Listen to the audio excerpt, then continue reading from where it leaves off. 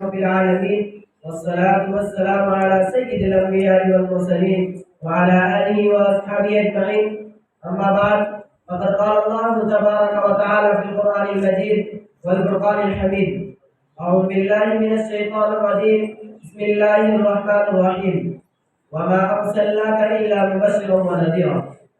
میرا منہ اور سرکار مدینہ کی ثناخوانی، میرا منہ اور سرکار مدینہ کی ثناخوانی مجھے معلوم ہے اپنے سفر کی تردامن. برادران اسلام اور قابل قدر شخصیات، میں اس متبرک پرامن بزم میں شمع رسالت کی ضیاء حیات کو روشن کرنے کی جسارت کر رہا ہوں. میری یہ بساط نہیں کہ ماہ رسالت صلی اللہ علیہ وسلم کے اسوہ حسنہ پر لب گشائی کر سکوں، لیکن پھر بھی آپ جیسا عظیم مرتبہ شخصیات کے روبرو سیرت النبی صلی اللہ علیہ وسلم کو موضوع گفتگو بناتا ہوں تاکہ خود کی اصلاح ہو جائے، ورنہ کسی کی کیا مجال کے سیرت النبی صلی اللہ علیہ وسلم کا احاطہ کر سکے.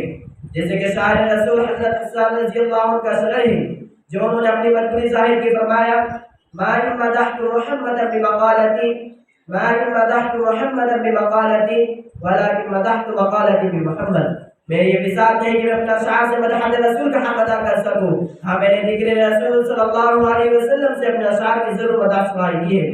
کسی اردو شاعر نے کہا: علم میرا قاصر زباں میری عاجز، محمد کی عظمت بتاؤں میں کیسے. علم میرا قاصر زباں میری عاجز، محمد کی عظمت بتاؤں میں کیسے. ہے محبوب رب امام الرسول فضائل مکمل سناؤں میں کیسے.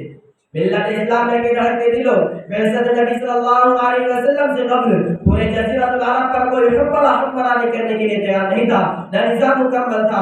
عدالت و انسانیت، امانت و دیانت، عصمت و عفت، صلاح و تقوی و زہد و ورع کا جنازہ نکل چکا تھا. شرافت و عزت کی کلیاں مرجھا چکی تھی. شرک و ضلالت کی تاریخی حسین نظر آ رہی تھی. نفرت، ظلمت، شقاوت اور عداوت کا دور توڑا تھا. کسی اردو شاعر نے کیا ایک منظر کشی کی ہے: بدی کا زور تھا ہر سو جہالت کی گھٹائیں تھی، بدی کا زور تھا ہر سو جہالت کی گھٹائیں تھی، فساد و ظلم کی چاروں طرف پھیلی ہوائیں تھی. ذرا سی بات پر تلوار چل جاتی تھی آپس میں تو پھر جگاتی ہی نہ تھی دو چار کے بس میں. اگر لڑکی کی پیدائش کا گھر میں ذکر سن لیتے تو اس معصوم کو زندہ زمین میں دفن کر دیتے. غرض جو بھی برائی تھی ان میں پائی جاتی تھی، نتی شرم و حیا آنکھوں میں گھر گھر میں بے حیائی تھی. مگر اللہ نے جب ان پر اپنا رحم فرمایا تو عبداللہ کے گھر میں خدا کا نام لایا. قدرت خدا اس پرفتن دور میں شیطان لات و عزت درست و ہدایت کے راستے پر گامزن کرنے کے لیے اور وحشت واریت کو ختم کرنے کے لیے فاران کی چوٹیوں سے آفتاب رسالت صلی اللہ علیہ وسلم کو طلوع فرمایا. مکہ میں طلوع آفتاب کے وقت آفتاب رسالت آمینہ کے لال عبداللہ کے رقت جگر عبد المطلب کے نور نظر دوشنبہ کو تمام انوار و برکات کے ساتھ تشریف لاتے ہیں. آپ ایسے وقت پیدا ہوئے جس سے دونوں نے حاصل کیا. سبحان اللہ عظیم ماحول ہے. نور نظر آ رہا ہے. پورے مکہ میں انوار الہی کا نزول ہو رہا ہے. ظلمت کا اور کفر کا انقلاب میں ایک تہلکہ مچ گیا. گلزار ہستی میں ایک عجیب رونق پیدا ہو گئی. چاروں سمت سے بس ایک ہی آواز آ رہی ہے: ایک والا آ گیا، ایک والا آ گیا. وہ آ گئے تو آ گیا دنیا میں انقلاب، وہ آ گئے تو آ گیا دنیا میں انقلاب. اجڑا ہوا چمن تھا گلستہ کر گئے. ملت اسلامیہ کے پاس بنو قلب آمینہ میں حضرت آمینہ خود فرماتی ہے: میرا نور نظر، میرا لقت جگر اس وقت کلام تو نہیں کر سکتا تھا، لیکن وہ کچھ شہادت سے کچھ اشارہ کر رہا تھا. وہ اشارہ کیا تھا؟ وہ اشارہ شہادت لا الہ الا اللہ کا اشارہ تھا. قلب آمینہ میں مسرت و خوشی کی حد نہ رہی جب محمد کے دعوت کو دیکھا، لیکن کچھ اب کے اثرات بھی ہیں. فرماتی ہے: کاش اجب عبداللہ ہوتے وہ اس لقت جگر کو جو چاند سے زیادہ خوبصورت ہے دیکھ کر کتنا خوش ہوتے.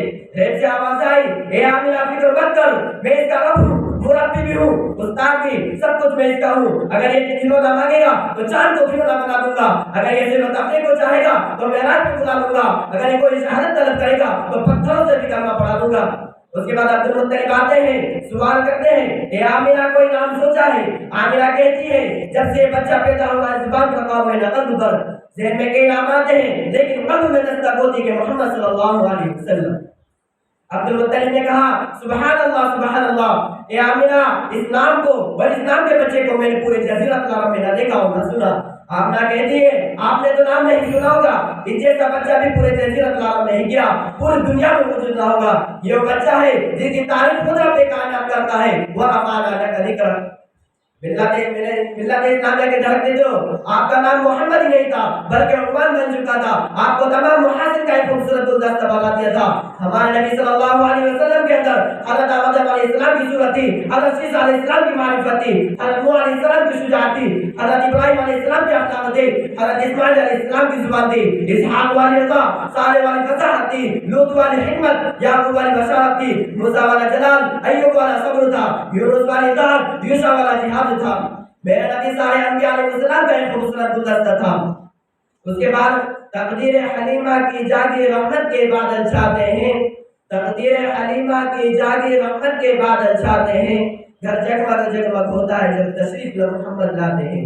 ملت اسلامیہ کے دھڑکتے دلوں، جتنے بھی سیرت نگاروں نے، مقررینوں نے، خطیبوں نے اور دانشوروں نے اور ادیبوں نے سیرت رسول اکرم کے اصول کے موافق کوشش کی، لیکن آخر میں یہ کہنے پر مجبور ہو گئے کہ لا يمكن الثناء كما كان حقه، لا يمكن الثناء كما كان حقه بعد از خود بزرگتی قصہ مختصر